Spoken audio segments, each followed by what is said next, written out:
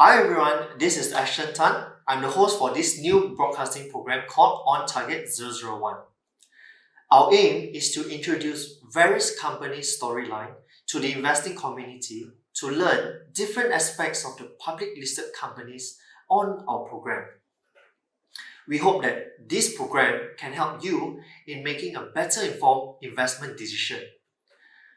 In our program, please be mindful that we are neither giving buy recommendation nor sell recommendation. Should you wish to invest the stock featured in our program, you are strongly encouraged and advised to consult your stockbroker, your legal advisor, or legal experts before making the final decision. Some of you might wonder why we name this program as On Target 001. Stay tuned and watch to the very end of this video. You may be able to find out the answer throughout this whole video clip. Today, I would like to introduce a company listed on Bursa Malaysia main market called Ancom Berhad, or in short, we can refer it as Ancom. Ancom is classified under the industrial sector of Bursa Malaysia with the stock code of 4758. Ancom is not a 5 years old company or a 10 years old company. In fact, the company has been established for over 50 years since 1969. The company started off as a small agrochemical manufacturer and fast-tracked to today. Ancom has gradually grown to become a mini conglomerate. If you can take a quick preview on Ancom's past 5 years financial performance, the revenue of Ancom has grown from 1.55 billion in the financial year of 2015 to 1.98 billion in the financial year of 2019. Net profit-wise, the profit attributed to the owners of the company has grown from 2.16 million in the financial year of 2015 to 15.13 million in the financial year of 2019. Today, I'm not the storyteller, but I'll act as an interviewer to interview our special guest, Mr. Andrew Leong, the personal assistant to the group CEO of Ancom Berhad. I'm inviting him to share with us the background of Ancom, what is Ancom exactly doing, and how did this company achieve a close to 2 billion ringgit of revenue in the last financial year. There is a total of 10 questions that would like him to share his knowledge on Ancom, as shown below.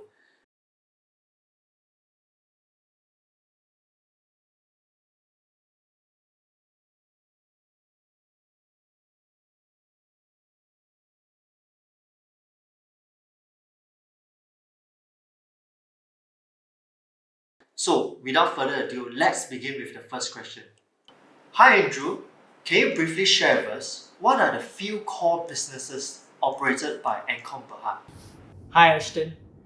First of all, thank you for having me as the first guest on your new program called On Target 001. First and foremost, Ancom Berhad is a manufacturer of agrochemicals. Now, apart from the original core business of agrochemical manufacturing, we also have other business interests in industrial chemical and petrochemicals, as well as the logistic business via two other listed entities.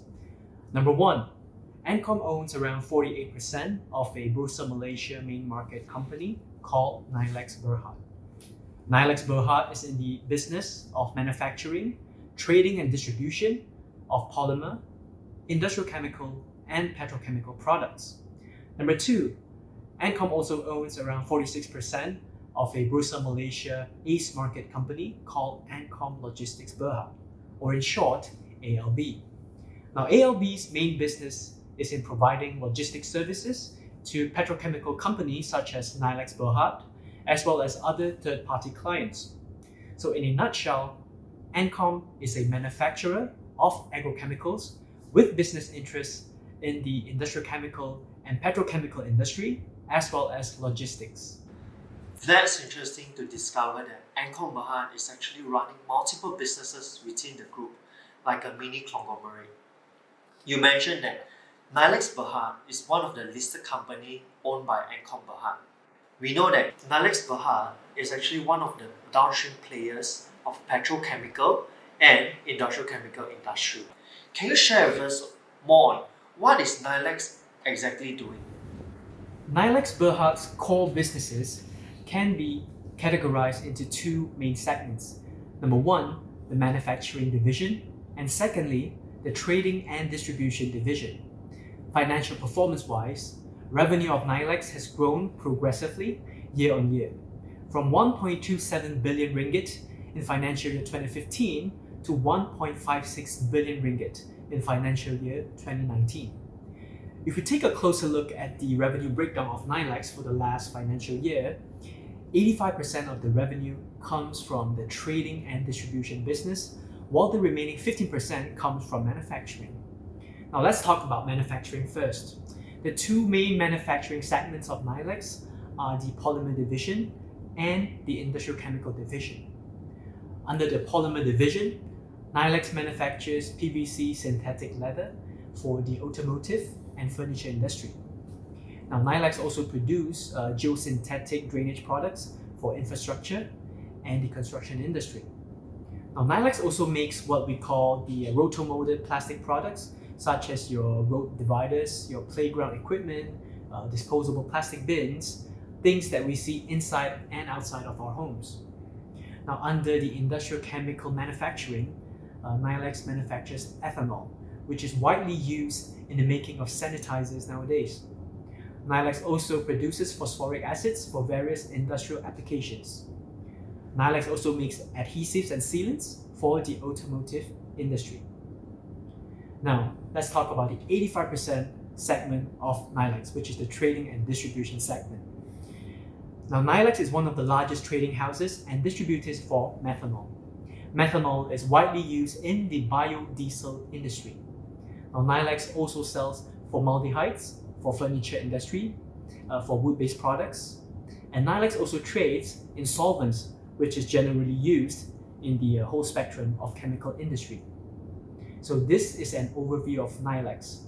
Malex is a standalone, public listed company, independently run by its own management and its own board of directors.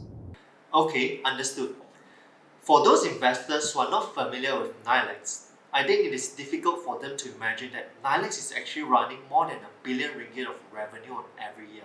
And that is very impressive because given the market cap of Malex, it is relatively small as compared to the size of its annual turnover. So Andrew, how about the other listed company, Ancom Berhad? Does this part of the business fits into the group nicely? Ancom Berhad, or in short, as we call it, ALB, is relatively small in the context of the whole Ancom group. But ALB does play an important complementary role to the group's various businesses. In fact, one of the main clients of ALB is actually Malex Berhad. ALB provides the necessary logistics infrastructure and transportation services to support Malex trading and distribution businesses. Now, apart from Malex, ALB also has other third-party clients. Despite ALB only contributing a smaller revenue and profit to the group, ALB's logistics services are important to increase the group's overall competitiveness, especially in providing consistent delivery and support services to the group's trading and distribution businesses. It is good to know that Ancom Berhad owns a logistics company as a supporting arm to support the core businesses of the group. This will definitely increase Ancom's competitiveness in the market. So we have talked about the two listed companies under Ancom Berhad. So now let's come back and discuss the original business of Ancom Berhad, which is Ancom Crop Care. From the company's annual report, it seems like Ancom Crop Care is the most profitable and valuable asset within the group. I believe all the investors, including me, are very keen to know more about this business. Can you share more with us, Andrew? Of course, if you take a closer look at Ancom Group's individual business performance, say for the past 5 financial years, you will notice one of the most profitable business within the group is actually our agrochemical business. Ancom's agrochemical business is housed under a wholly owned subsidiary called Ancom Crop Care Ancom Berhad, or internally referred to as ACC. ACC is actually the company that started the entire group. It was founded 50 years ago, back in 1969, by an American scientist. The 4 core products manufactured by ACC are herbicides, insecticides, fungicides, and timber preservatives. Our products are widely used by growers and plantation companies, especially those involved in crops such as palm oil, sugarcane, cotton, as well as the timber industry. Let's take palm oil for an example, something that most of us are familiar with, being in Malaysia. We sell our products to some of the largest plantation companies in the country, such as Sime Darby Plantations, KLK, IOI, Felda, Wilma, just to name a few. We also sell our products through our network of distributors locally. For sugarcane industry, we sell our end products to Brazil, the country with the largest planted hectarage of sugarcane in the world. For cotton, we sell our products to the United States. For timber preservatives, we sell to countries such as Australia and New Zealand. So we are very proud to share with your viewers that ACC is an export-oriented company, where 65% of our total outputs are exported annually to over 40 countries.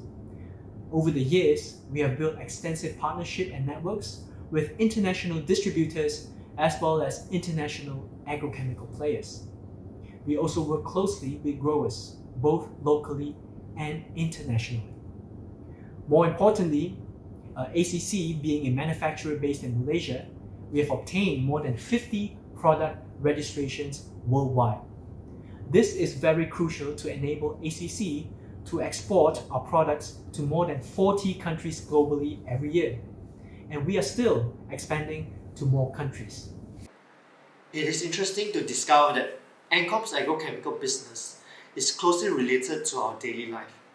Now we have learned that the mass production of our essential food, for example, palm oil, sugarcane, coffee, tea, etc., relies heavily on the usage of herbicides and pesticides.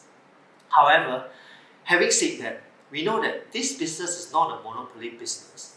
Thus, I believe all of the viewers are equally interested to know more. What are the key differences between Ancom if compared to other similar players in the industry? Great question, Ashton.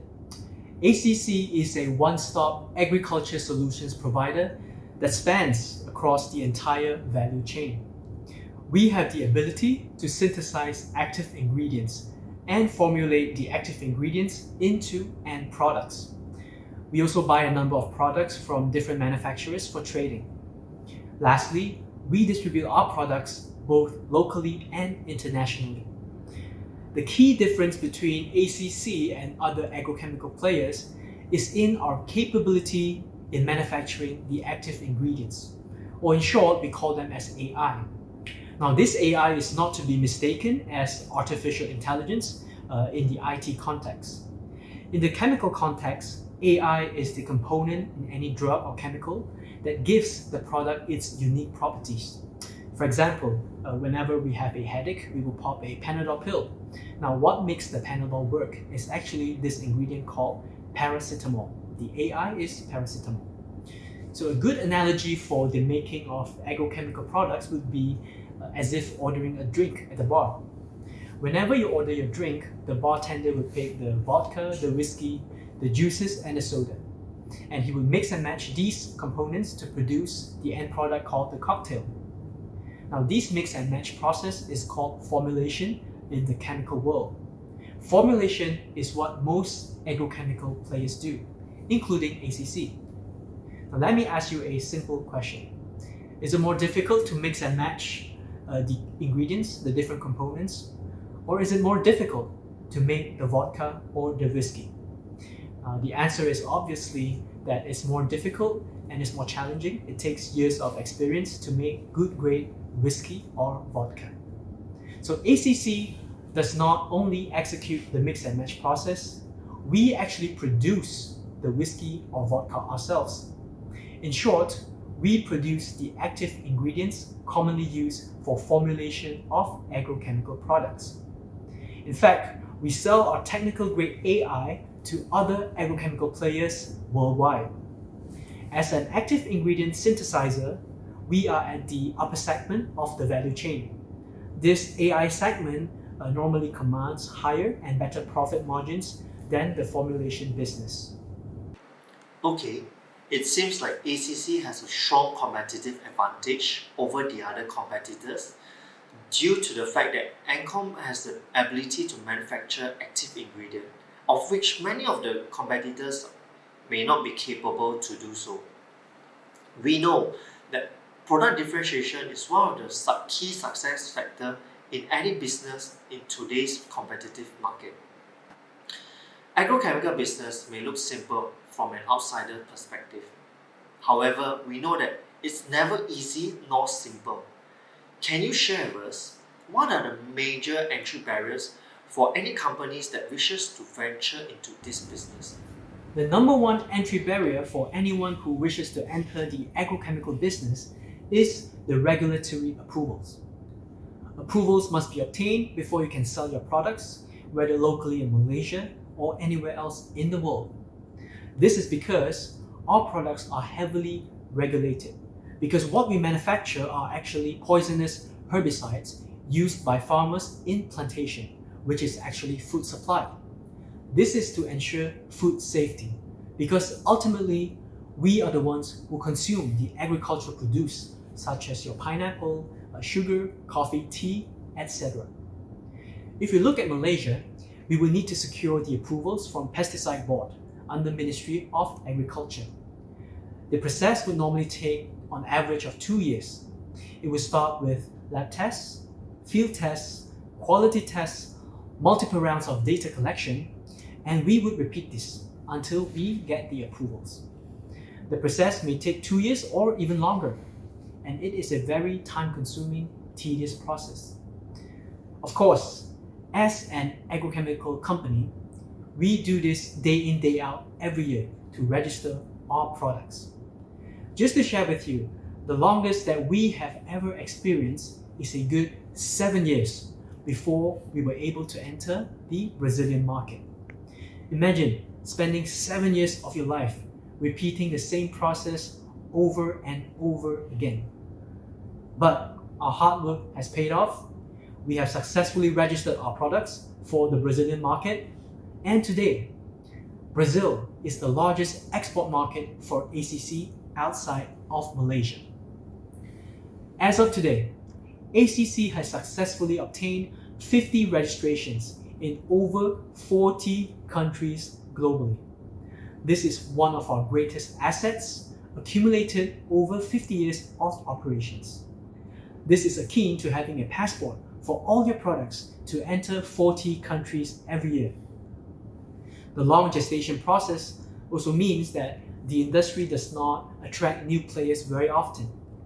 In fact, a lot of mergers and acquisitions have occurred for the past 20 to 30 years. Today, the agrochemical business, the agrochemical industry is dominated by a small number of very large multinational companies.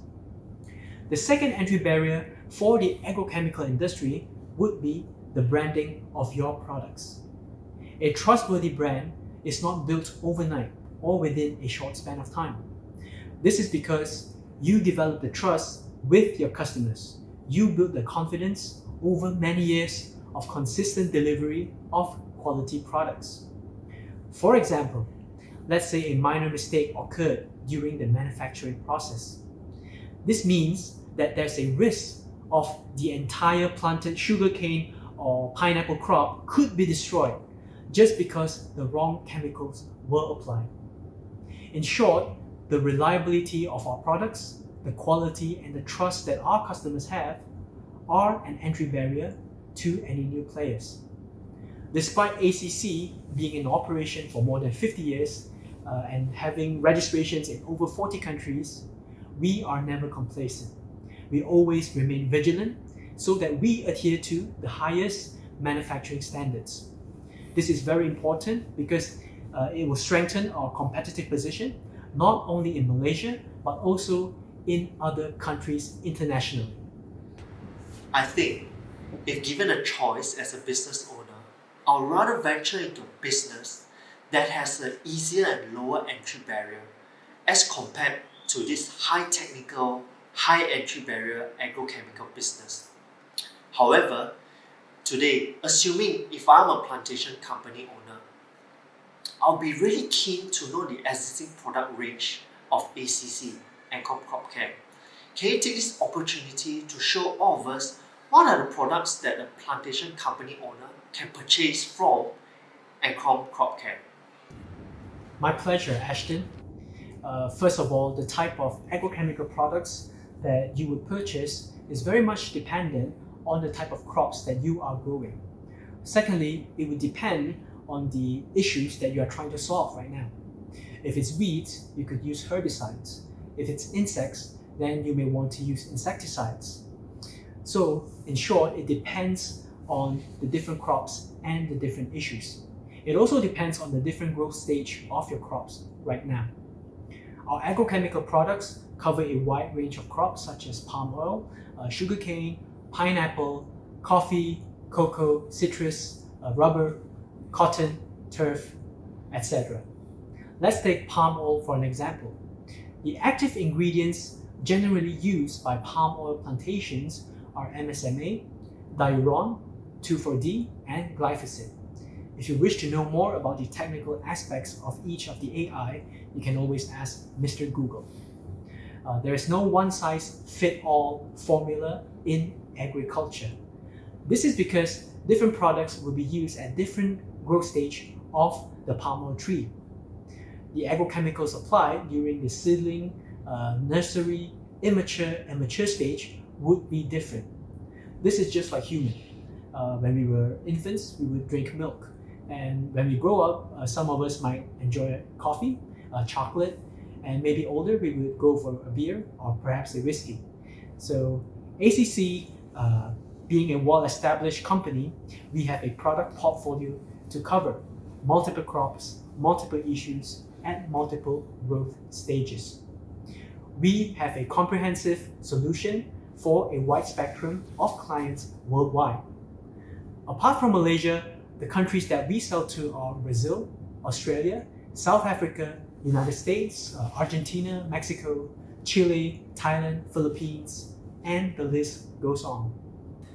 It is interesting to find out that ACC does not only offer such a wide range of product, basically from A to Z, but in the same time, it also owns a big chunk of market share for selected product. We know this involves a lot of hard work, sweat, and probably even tears, right? By the way, where does ACC manufactures its agrochemical products? You are right, Ashton. Definitely a lot of hard work in this line of business. In terms of manufacturing, as a prudent risk management strategy, ACC manufactures our products from two different locations, one in Shah Alam and one in Port Klang. Our Shah Alam factory is where we synthesize our active ingredients. The site is around 2.2 hectares, and we are proud to share with you that our Shah Alam factory is an approved manufacturing site by the Environmental Protection Agency of the United States, or in short, EPA. Our Port Klang factory sits on a land area of around 2.5 hectares. This is where we do our formulation products. Currently, this manufacturing facility is undergoing some expansion to cater for growing demand from our customers. Great! I totally agree with you on two is definitely better than one. Any plans for ACC to launch new products? I mean, what are the new active ingredients to be launched by the company in the near future? There are definitely plans to expand our product portfolio further. After conducting countless market studies, data crunching and analysis, numerous meetings with clients and suppliers, ACC has shortlisted a total of 4 to 5 new active ingredients that we plan to develop and manufacture over the next 1 to 2 years. At this stage, we are not able to disclose the specific names of the new products due to confidentiality agreements in place. But you can be rest assured that the new products that we intend to pursue would be niche products. ACC targets a 20% global market share for all of the new products that we are going to manufacture.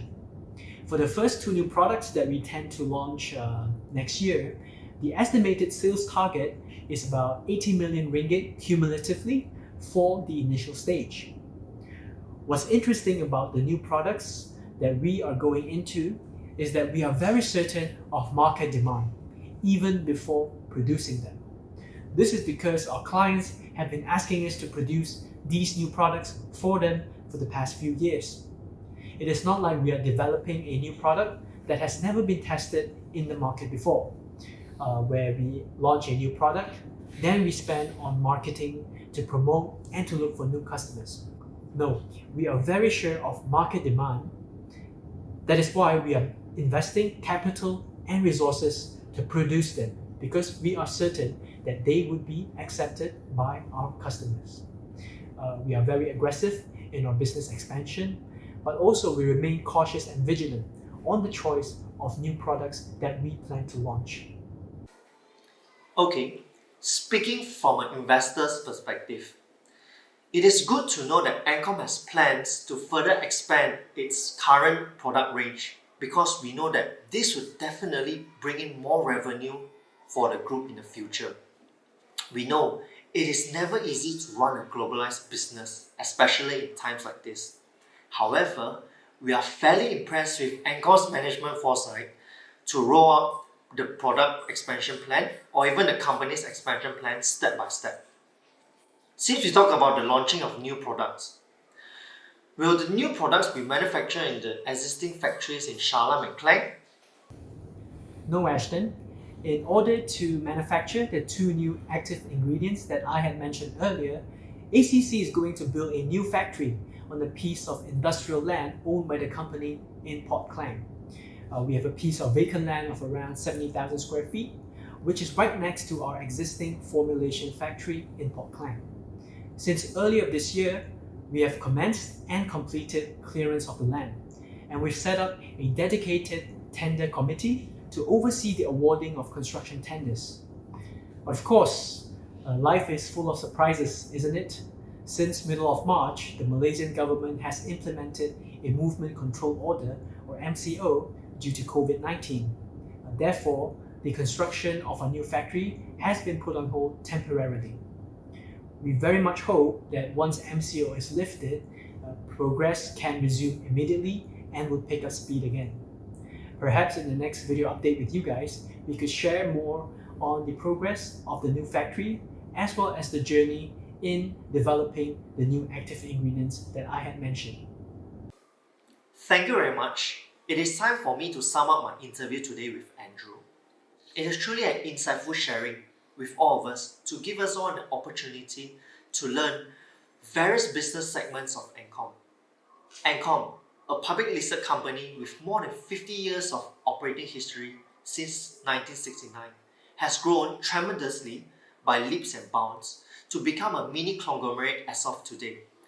Lastly, we would like to wish you and your company all the best. Thank you very much, Ashton, for featuring Ancom on your new program, as well as for your time and effort. Just a quick question, why would you name the program On Target 001? Okay, thank you for your interesting question. I'll be more than happy to answer this question. So, why On Target 001? Not 002, not 003. As you know, whenever we invest into the share market, we may not be able to hit the right target at the very first time. Thus, our objective of this program, On Target 001, is to help investors to hit right on the target at the very first time, if possible. The idea behind On Target 001 is as simple as that. Simple, easy, and straightforward. Now, we have really come to an end to our program. If you have additional questions that you wish to ask the management of Ancom Berhad, please send us your detail to our email shown below, ontarget001@outlook.com. Please send us your full name, your mobile phone number, your designation, and your company name.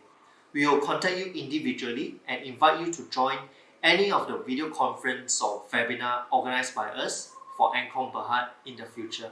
Thank you for taking your time to watch this entire video. If you like this video, please remember to share with your friends, subscribe our YouTube channel, and click the thumbs up button under this video. Once again, thank you very much. I'll see you guys again in the next series of On Target 001. Bye!